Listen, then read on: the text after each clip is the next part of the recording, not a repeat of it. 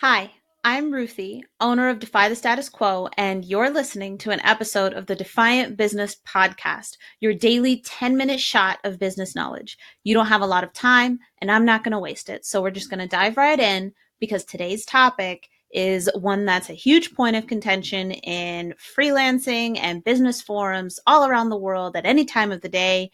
Hourly fees, why they're bad for you and why they're bad for your client.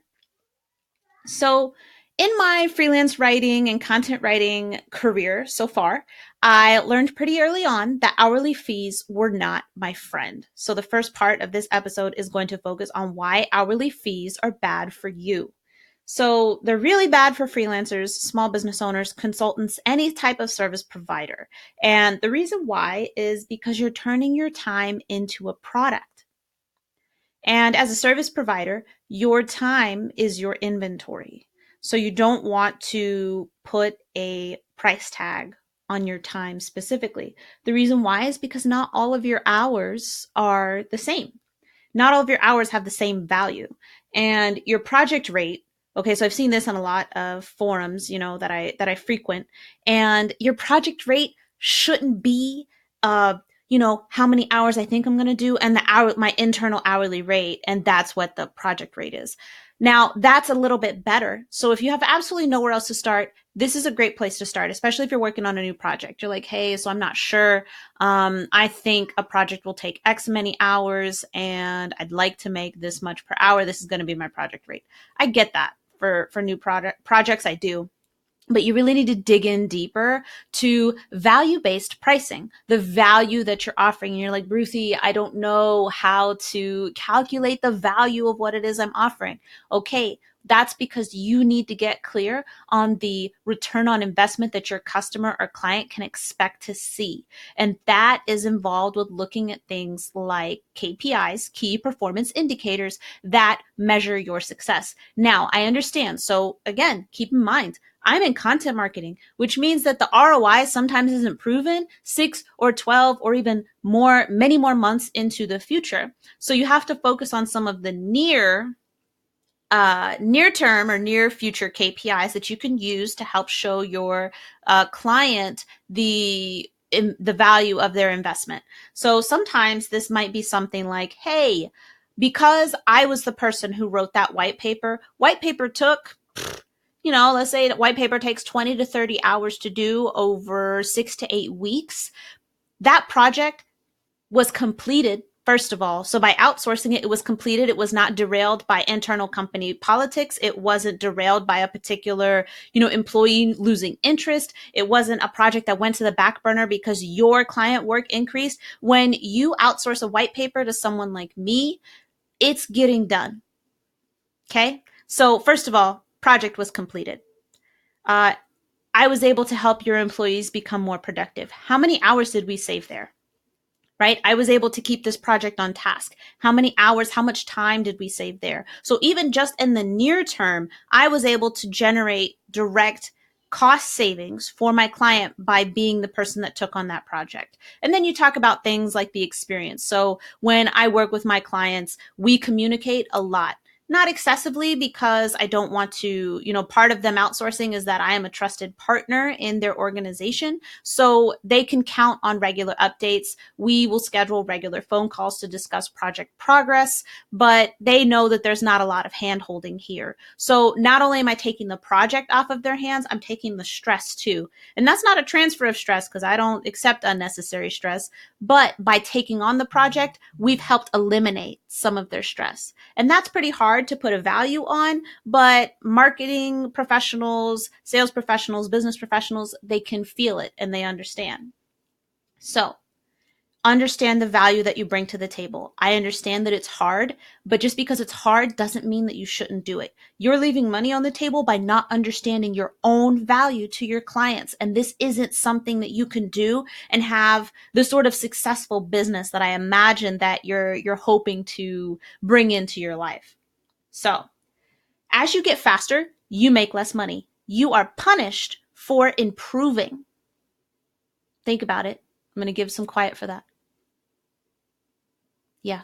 You're punished for improving. As you become more familiar with the client's industry, let's say you're a consultant of some kind, as you become familiar with their specific business and you dig in, if you offer any type of reoccurring work for them, then you're going to become more familiar. And if you charge hourly, you're going to get faster, which means you won't be charging for as many hours. Somebody who's less experienced than you will take longer to do something. So they would, in the end, potentially get paid more than you. Your speed should not be something that ends up punishing you. So that's another reason to stay away from hourly rates. And so that's why I'm saying, even if you just take your internal hourly rate, times it by the number of hours you think it'll take you, that is better than actually charging an hourly rate to your clients. Hourly rates also encourage clients to pick apart what it is that you're doing, and they want you to account for all of these hours, and oh, this is way more than I thought it was going to take. Why did this happen? So those are also things to consider when you're setting up your project rates. That's why you have to account for things like client interaction, because you're not just going to hit the time button. Client interaction, project management, emails back and forth, that falls under client interaction, but people don't always account for emails. How much time do you spend in Gmail or your webmail client? Probably a little too much if you don't account for that time spent. Are there going to be any regular meetings? Are there going to be any events that you need to attend? How much research do you have to do? Do you normally charge for research? Answer is you should be if you don't. So, why are hourly rates bad for your clients though? Hourly rates are bad for your clients because it immediately puts you and your clients in kind of a moral or ethical dilemma. And so I've been reading Million Dollar Consulting by Alan West. And that's one thing that he said that really resonated with me. You are suddenly at opposition with your client because what's in your best interest is not in your client's best interest. And that is not how you want to start out a business relationship. Am I right? So what this means is that the longer you take on a project, you get paid more. But the less you spend or the less time you spend on a project, the client spends less. So it's to their advantage if you take less time. It's to your advantage if you take more time. And so you are immediately butting heads at the outset of a project, whether you know it or not.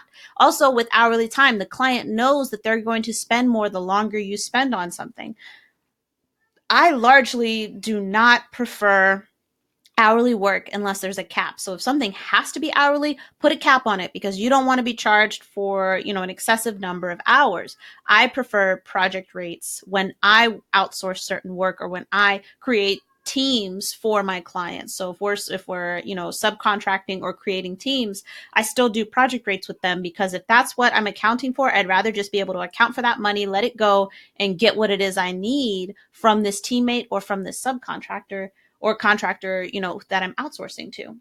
So hourly fees are bad for you and they're bad for your client for a variety of reasons. But hourly fees are not going to be the way that you successfully scale your business because hourly fees do not account for the value that you're delivering to your customers.